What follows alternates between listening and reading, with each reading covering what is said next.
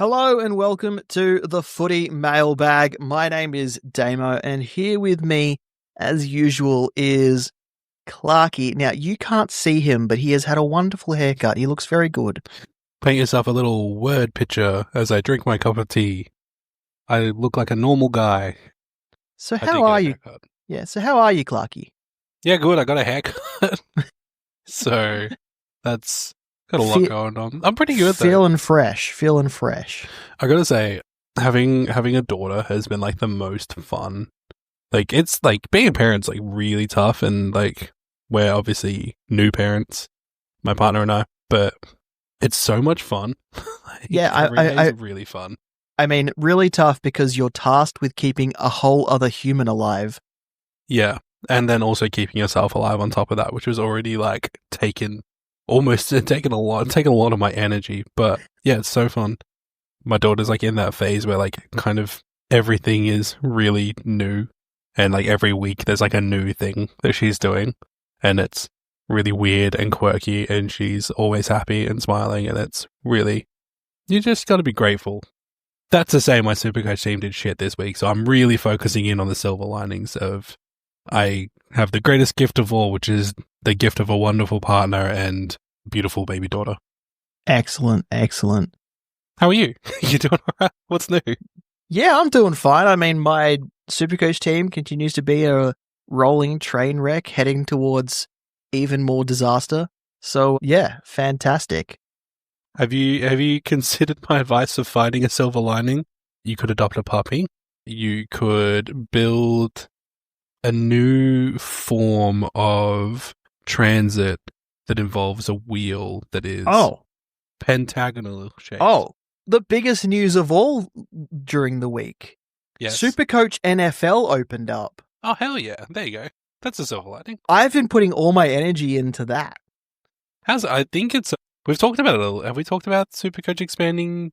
We talked about the acquisition. Briefly. I think we spoke about EPL. Yes, and we spoke about the acquiring of Pete Jenks' company platform. Vapor Media. Yes. But hey, they've rolled out EPL. I'm playing EPL this year, and they've rolled out NFL just this past week, which I also have a classic team in. And it's classic NFL is so different to draft NFL, which is what I am used to.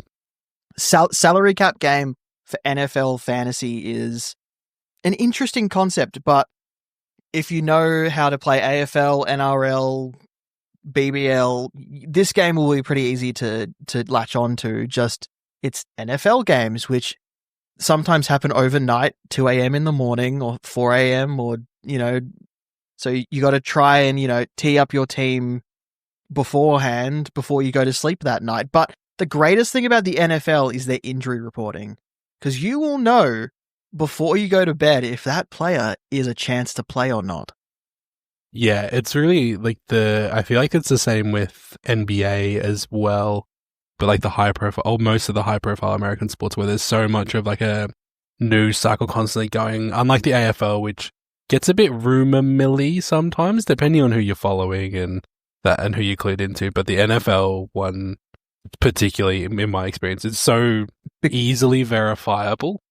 Because the NFL and the NBA both have so many stakeholders that give a lot of money to advertising and promotion, they need to be as transparent as possible, all the franchises. So it's good for us in fantasy world. Yeah, this is good.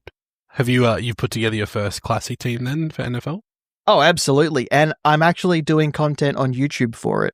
This is my subtle segue, Damo. Pitch your new content.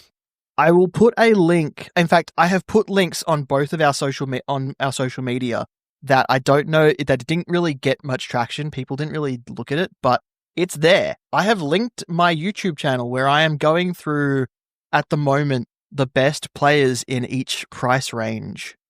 I realized that it's Damo. What's it called? The channel on YouTube is called Moving the Chains. Damo's Moving the Chains, people, which is apparently an NFL joke I don't get. Yeah, but it to me. I might have to explain what moving the chain means in one of my videos. Put it on a shirt, and that can be a first piece of merch. Just for people who want to get into it for the first time. But basically, yeah, right now I'm going through the price points and who's the best players to get in each price point. Bigger task than I thought it was because there's really only 3 price points. So the middle one is got every player in it. Yeah. It feels that way a bit. Like there's like the top guys, and then there's paddocks, and then there's the middle guys. And then there's the cheap guys. Yeah, and the cheap guys and the top guys is not many, but in the middle there's everyone. Yeah. Yeah, absolutely. So yeah, go over to the Footy Mailbag on Twitter, Footy Mailbag on Instagram. Go subscribe to Moving the Chains. Damo's going to be doing heaps of NFL content. Damo's the guy that I go to for NFL questions because he is very available and very switched on. Do you know, actually, but Clarky, you also play NFL Fantasy, and you invited me to your NFL Fantasy Draft League a little while ago, and you're pretty clued in yourself, but I have the worst luck in history. But one thing I have noticed is I will mention something to you one day, and you will come to me 3 days later being like, so should I trade out that guy? Yeah, that's fair. Something clicks in your brain about everything I've said, and you go, wait a minute. Yeah. The mill on fantasy, it's tough. I'm in a league that I've had an okay team every year, and I've finished bottom 2, I think, every year in that single league for no apparent reason. And last season I sweated it and beat everyone by going undefeated. Damo was... Actually, you know what, you probably know this from your AFL leagues, right? There's always those stereotypes of guys. Damo, when his team is struggling, is the guy who's always looking for trades. And then very specifically last year, he drafted really well, which is awesome. Great job. And about halfway through the season, I had a few different people from that league being like, I haven't really heard from Damo. Is he playing this year? And I was like, oh yeah, no, he's playing. His team's just good. So he doesn't need to trade. I was like, this is why you haven't heard from him. It's true. It's true. Hey, anyway, good year for Damo. This is a Supercoach AFL podcast. Oh yeah, and that leads me to the first part of the podcast that we like to kick things off with. I don't think I need to say what caught my eye because we've just been talking about it for the last 10 minutes. We haven't even recorded that long. Last 5 minutes. But Clarky, what caught your eye this week? I have 2. One is football-wise, hey, maybe Simon Goodwin was the problem because Melbourne played quite well against the Bulldogs, which I thought was going to be a lot more of a... I feel bad. I messaged you at 3/4 time with and the text message was literally Clarky, Melbourne, and then the eyes. Yeah, Damon sent me that message while I was putting my daughter to bed. And so I was just like, I'm not watching Damo. Is it good? And then Melbourne lost. I feel like I cursed them. You could have. I feel like Ron was watching over us. Yeah, absolutely. But yeah, and I think that's very funny that Melbourne played. It was a very good game, and I think it's very funny that Melbourne played well after Ed Langdon's comments during the week about, the playing group loved him, and kind of the implication that this was only the board that wanted Simon gone. And and then the players come out and they all played really well. Caleb Windsor was great, Harvey Langford was great, Gawn was Gawn, even Petrarca and Oliver I thought played exceptionally well in that game. Still no Stephen May, right? Still no Stephen May, no Jake Lever, and we were holding up relatively well for most of the day, which begs the question of, well, if you loved Simon so much, where was this 2 weeks ago, 3 weeks ago, 4 weeks ago, when you probably could have saved his job? Anyway. Caleb Windsor's going to be a player for you guys. He looked good coming out of the middle. He has speed. And I think when you guys have Oliver, Petrarca, Viney in the middle, those guys are your good grunt guys. But you don't have the speed guys that can burst away. Caleb Windsor's going to be that guy for you, and he's going to be awesome. Yeah, it's going to be amazing. The other thing that caught my Supercoach wise is that holy crap, it was important this year to bring in the guys who weren't going to get tagged, because I had a lot of really good players getting real tagged.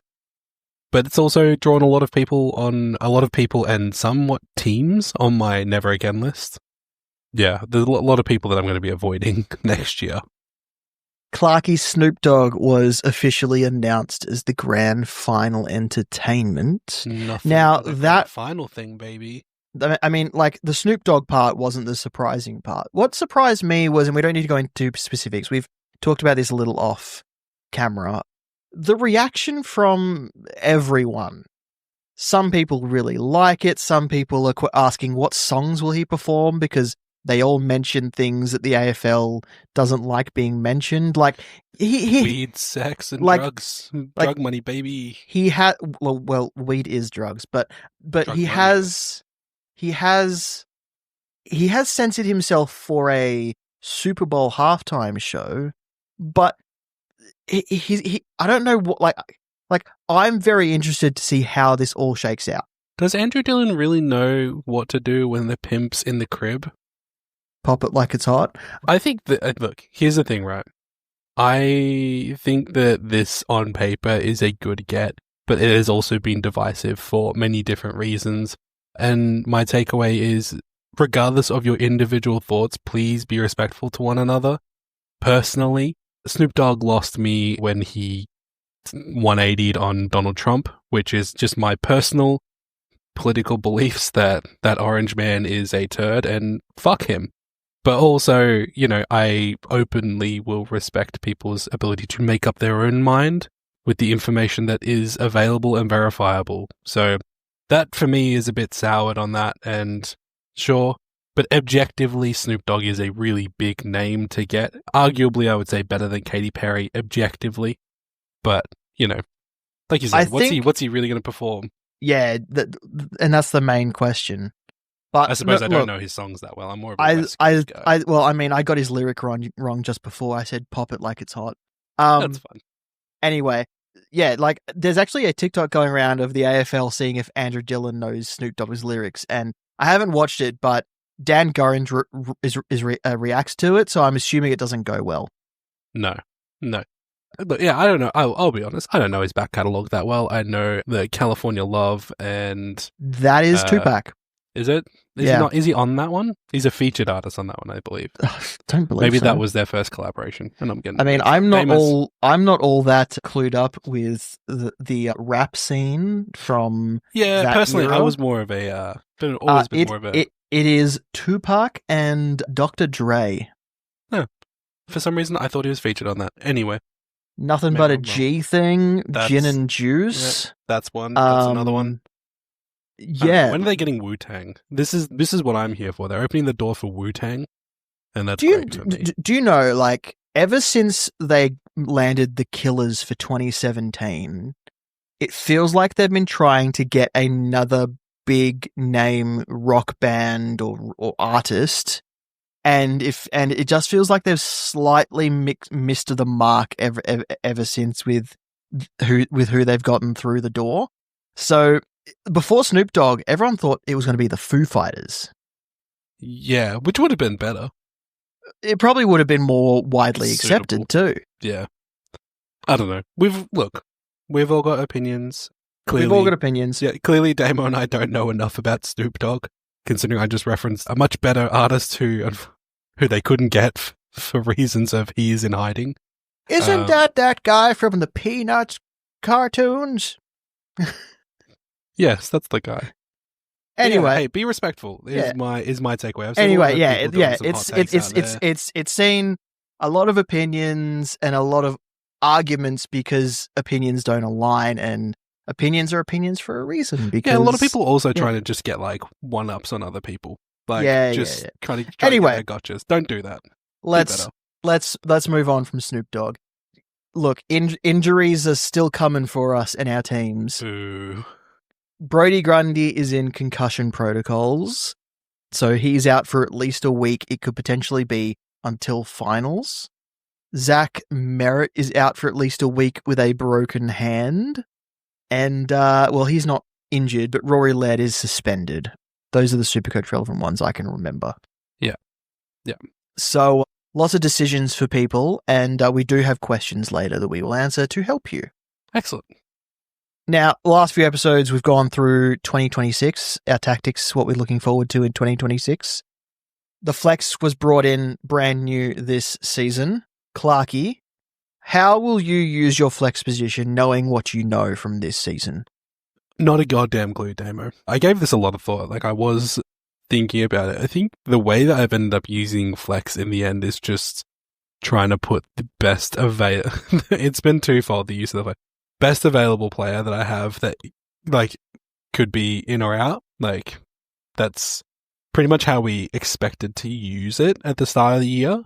And then the second reason is to do positional change shenanigans, as I like to call it. So I think I'll probably continue using that way. It seems to be the most beneficial way, is just trying to find that best available player.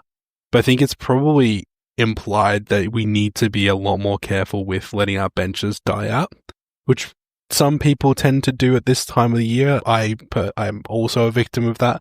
But thank the football gods for allowing Hugh Boxall and Clay Hall to just be, for some reason, scoring 80s.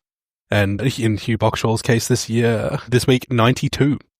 Great for the flex. Excellent for the flex. Yeah, I think that's my current takeaway of how I'm going to be using it next year, right? I'm probably going to plonk whatever the best available, maybe mid-pricer for me will be in that slot.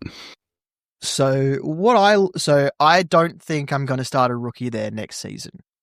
Always changing around your flex position is just disaster. If you do a different structure up the field, but start a premium, I think, one with dual position, hopefully, in your flex position is what I think. And it's just because I think I started Levi Ashcroft there. He was great.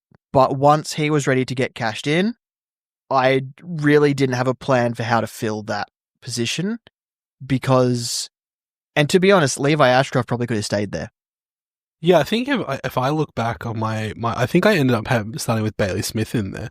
And I think you kind of touched on maybe the process to do it is with, if you start with that best available player instead of a rookie, you then backfill that player into a position when you need it necessarily as well. Like, it kind of is like so-and-so's injured or this rookie's dead. Cool, take that person out, slot my player in, and then I can get next available up, or if there's not a rookie available kind of deal.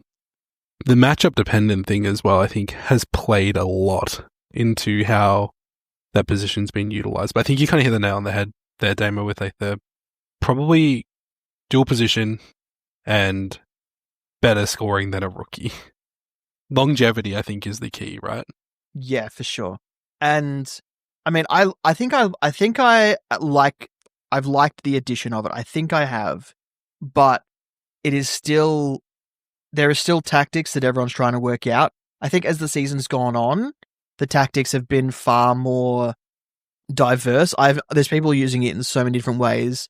The most common one seems to be a third on-field ruckman, but I've also seen people trading in Jeremy Cameron, for example, a guy who is a key forward who could score you 40 or 140 on any given week, and they've gone for that volatile scorer who they will reap the benefits of his high scores, but won't be bothered by his low scores. Like, there's multiple ways that people are using it, and I think it's brought in an extra tactic to Supercoach that was kind of lacking in previous years, where everyone kind of finished with the same kind of team, the same kind of rookies on the bench, all that sort of thing. And I think it's been good for differentiating top teams and middling teams and all that sort of thing. And now there is a proper tactic involved that I hope they don't mess with the field layout going into next season, because I think where it is now is really good for where AFL Supercoach wants to be moving forward.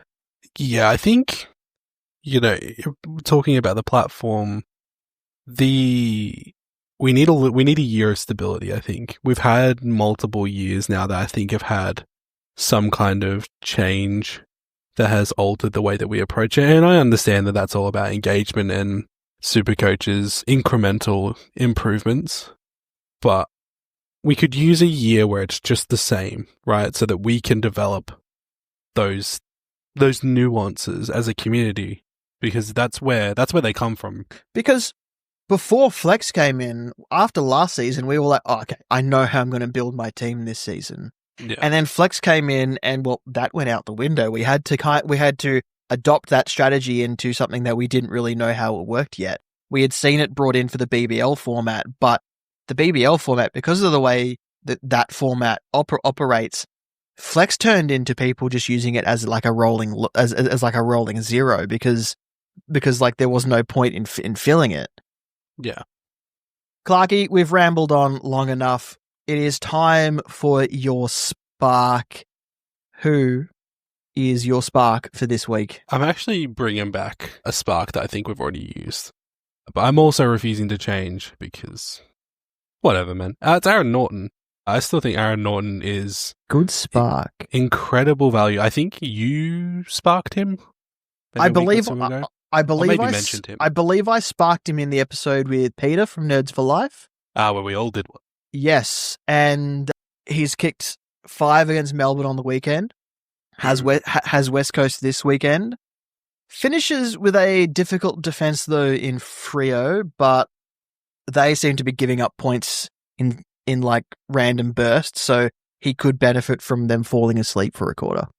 I think as well, the addition of Sam Darcy has really changed the way that Norton's able to approach the game. And we've spoken about this ad nauseum at this point, but I still think he represents really good value for those who are probably still playing league draft finals, or if you're playing classic for league and you are like, okay, I need something to set me apart. I don't think he's in too many teams at the moment. He is quite expensive though, is the only caveat that I'll add to that. 530k, I believe. There was 533k and in 1% of teams. There you go. He meets all the criteria that I need. But yeah, that's going to be my spark for the week. There's something at this point. If you've got Sam Darcy and Aaron Norton, you're basically getting all the points from the Doggies forward line. Everything they have to offer. And yeah, that's how I'm rolling, baby. I don't have any trades left, so I'm not going to do it. But trades? What are trades?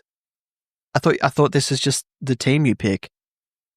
Let's get on to our listener questions. Just a reminder, please submit questions before 8 p.m. Melbourne time on a Wednesday to be included in that week's episode.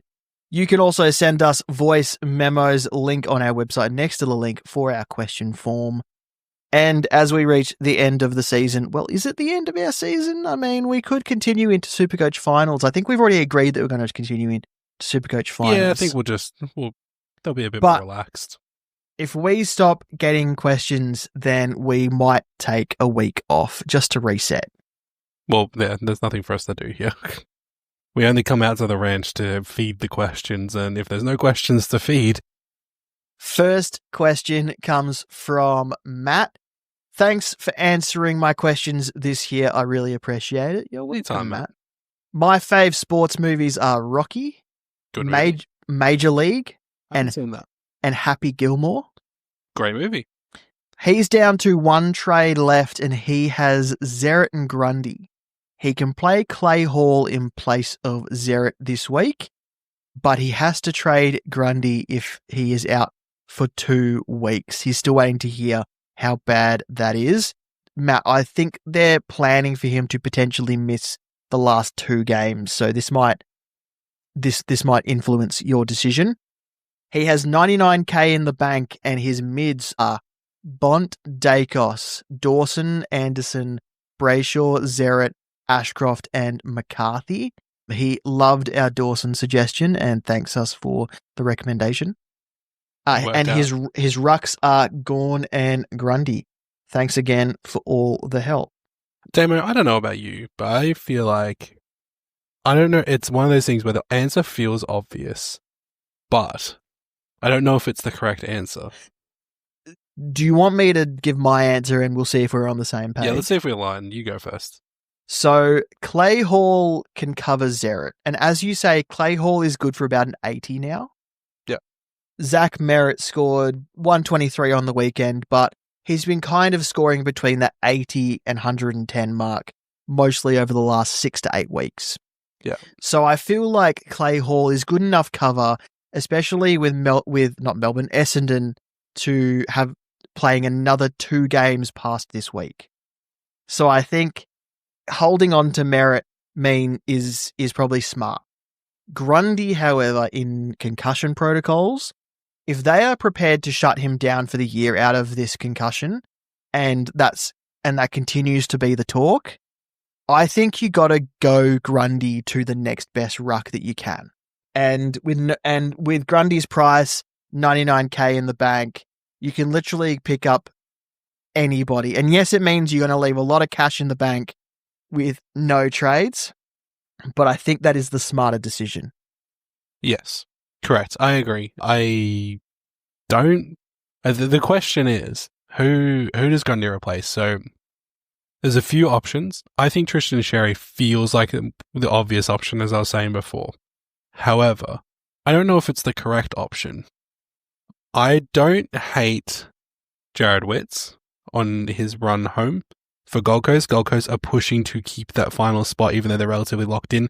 They play Hawthorn and someone else, which is Lloyd Meek, who, as we've said before, can kind of leak points at times. And I think if... who are you talking about? Jared Witts? Yes. So Gold Coast have the Giants this week, so he's against Kieran Briggs. Yep, good matchup. And then the following week against... Is it Hawthorn? God, it's Hawthorn. It's against Port Adelaide. Even better. So Jordan Sweet. Yeah. And then he has Essendon against Todd Goldstein. Which, is it worth asking? I don't know if it's going to matter. That last game is because it's currently included in round 24, the Essendon Gold Coast game. So does that mean Essendon Gold Coast players score twice? I still don't know how that game pans out for Supercoach. Yeah, weird, right? Anyway, I don't hate Jared. I believe it counts for something, but I don't know what.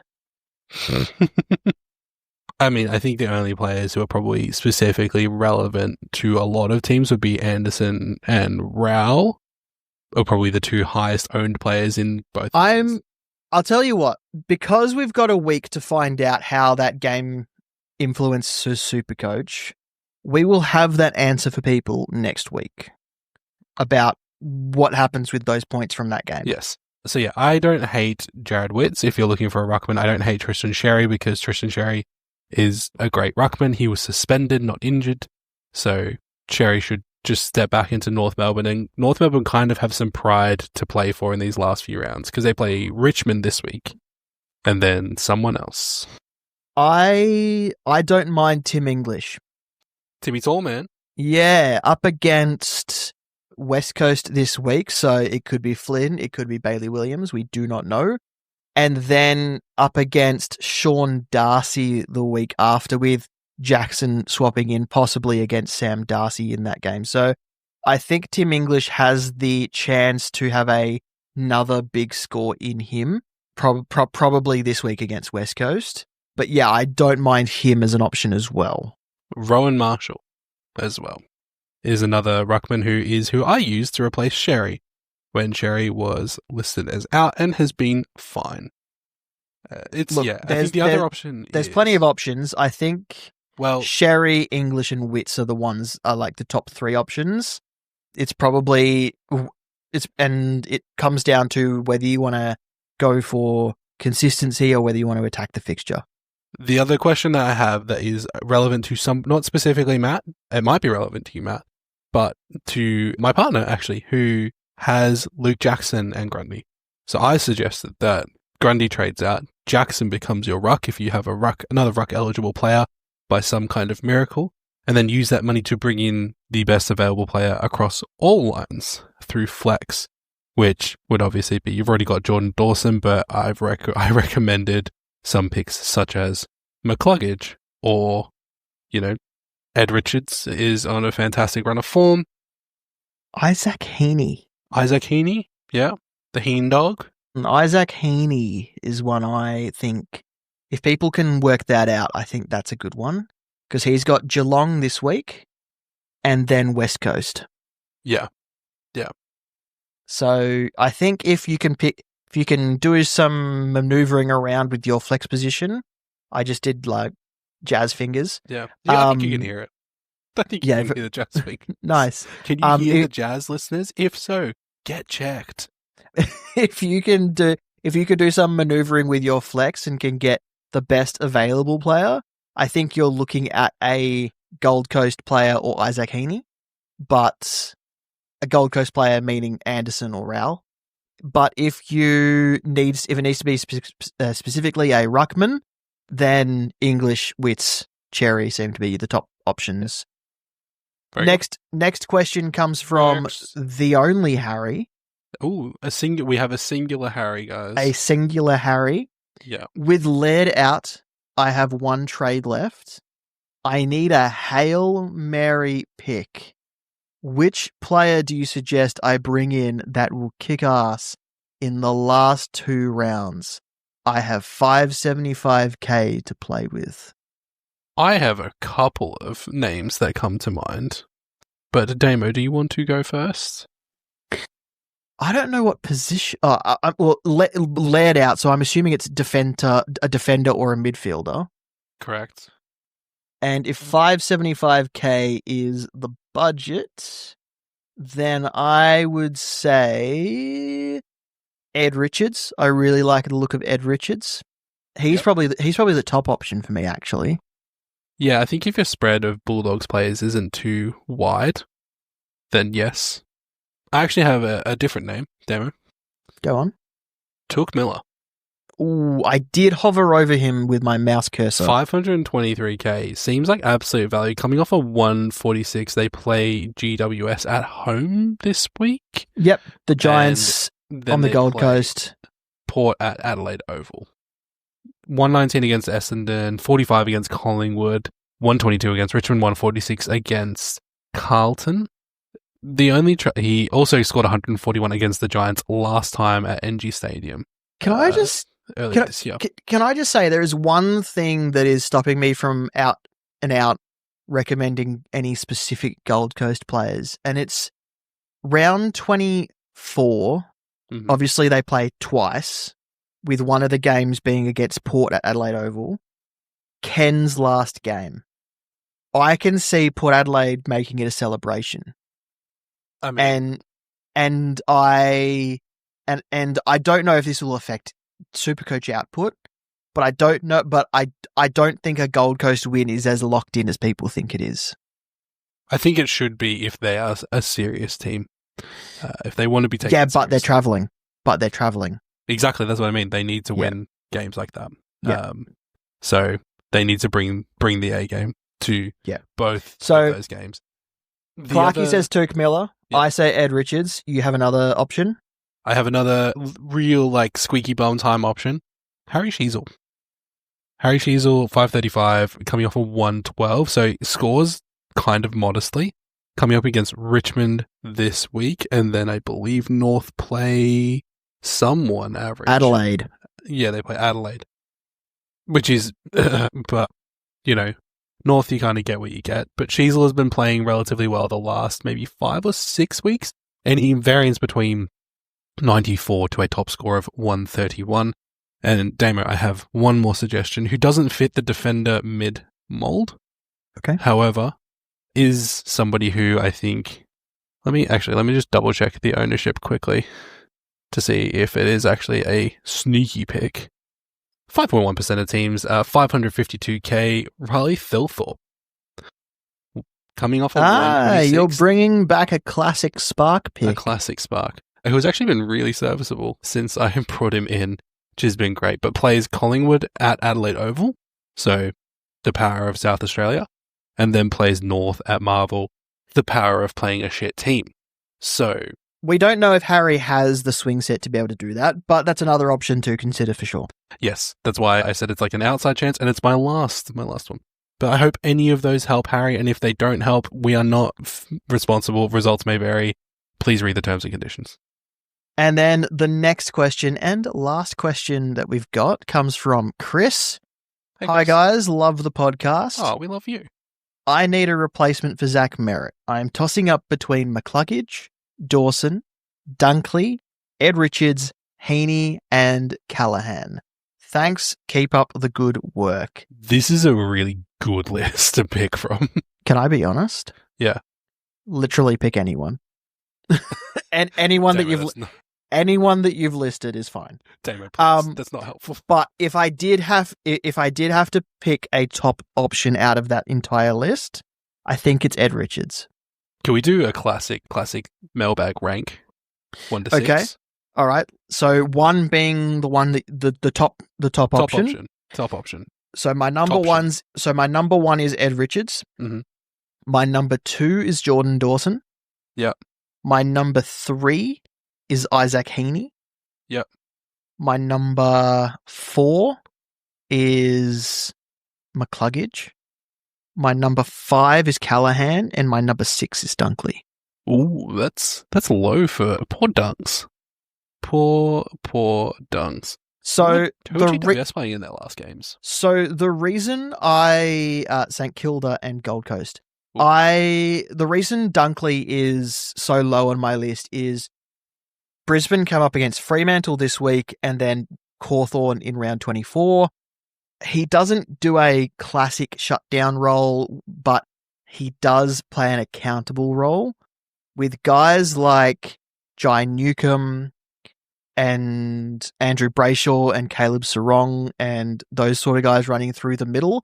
I think he won't have that same impact he usually does. I think he will be accountable at stoppages where he gets most of his points. Okay. For me, my 1, 2, 6 on that one, let's go with number 1 is going to be Dawson. Number 2, Ed Richards. Number 3 is actually going to be Callahan for me. I love his work. I think he's doing really solid work. McCluggage, Heaney, Dunkley. But that Heaney and McCluggage call is really close. Even Callahan. Dunkley's low on your list. Yeah, but only because I don't really rate him that much, to be honest, as well. I sold you, did I? So the thing about Josh Dunkley, I think he's a fine footballer, but he's also an invisible footballer to me. Like, every time I watch a Brisbane game, I'm just like, oh shit, Josh Dunkley. Yeah, cool, alright. Like, I don't notice him, and I don't know if that's a good or a bad thing. So maybe I refuse to acknowledge him. Maybe that's my... Anyway, it's a solid list, Chris, so I don't think you can really lose with any of those. So I'd probably pick, based on your confidence in their matchup, which is why Ed Richards is so high, they've got a really easy fixture, or in their quality of their work, which is why the rest of them are all in there. And it's all pretty tight. So, good luck. And that is all of the questions that we have this week. Thanks to everyone who submitted one. Clarky, it is time to run through our captains for the week. Oh, we have a whole other segment. Yeah, we're still going. While Clarky vamps, go and check out the AFLW 2025 fantasy preview that I did with Liam from Free Kick over the weekend that came out on a Saturday morning. I hope you all listened to it because Liam gave us a bulk load of information. In fact, we spent the 30 minutes after we finished recording, he helped me put my team together. He helped me fix my team. So my team is now ready to go. AFLW kicks off tomorrow night. There are 2 games. We will have this episode out for you to listen on Thursday morning. If you haven't listened to... So it'll be tonight. It'll be they'll be playing tonight. So they will be out. So if you need help, find time, lock yourself in the work toilet, something like that, and listen to the AFLW fantasy podcast that I did with Liam and put your team together. When your boss comes knocking, go, not right now. Don't come in. I'm not ready. It's not saved. Seriously, also go follow the guys at Free Kick. They do absolutely amazing stuff. You can also hear them on the official AFLW fantasy podcast. Really love their work. They're such wonderful people. And they are so knowledgeable. It's so cool. They've done podcasts featuring special guests of AFLW players as well. And I'm locked in and ready to go. Danny wants a hat, is what he wants to win. Do you get a hat for AFLW? That's my goal. I hope so. If I get a hat, I might send it to Liam just as a thank you. He's got enough hats. Haven't you heard how good he is? He knows his stuff. He knows his stuff for sure. Forget anyway, it, Liam. The hat's mine. Captains. So, Clarky, captains. Who is your vice captain this week? It's Maximum Gorn. Melbourne are playing Hawthorn, and I like Max Gorn.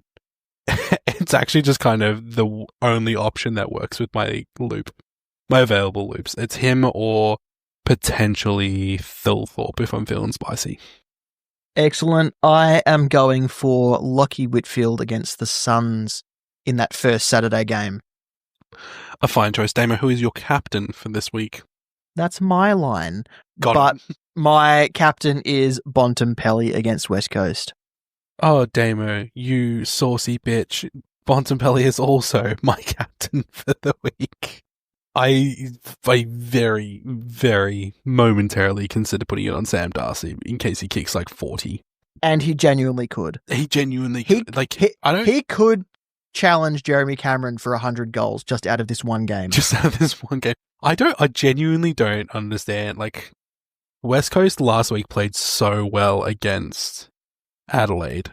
So is travelling going to make them real shit again? I don't know.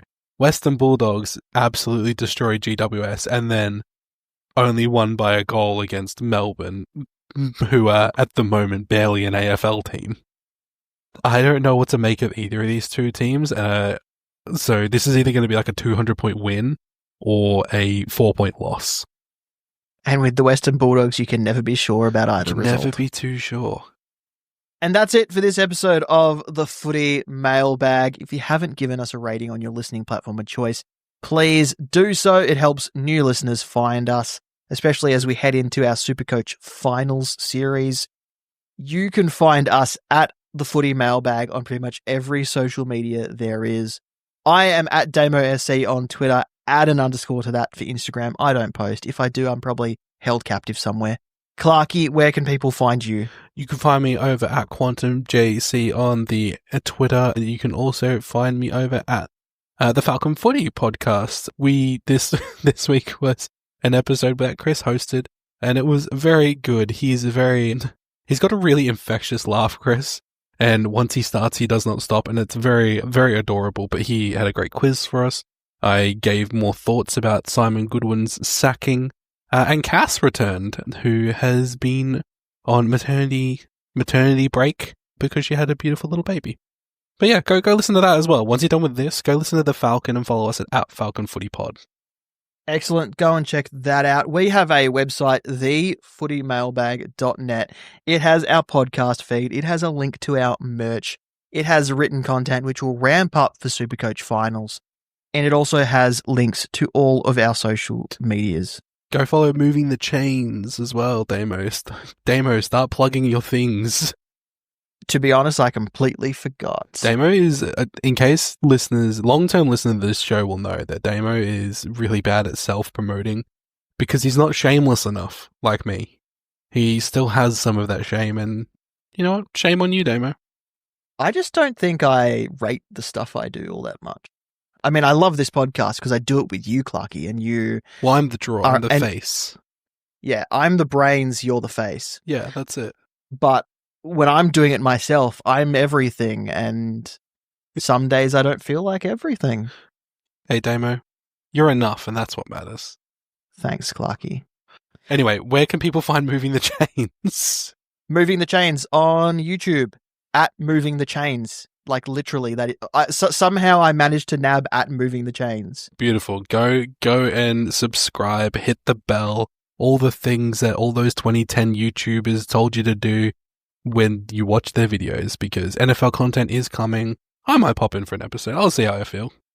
Excellent. It's not a podcast format at the moment, but I might go into that sort of realm when the season begins.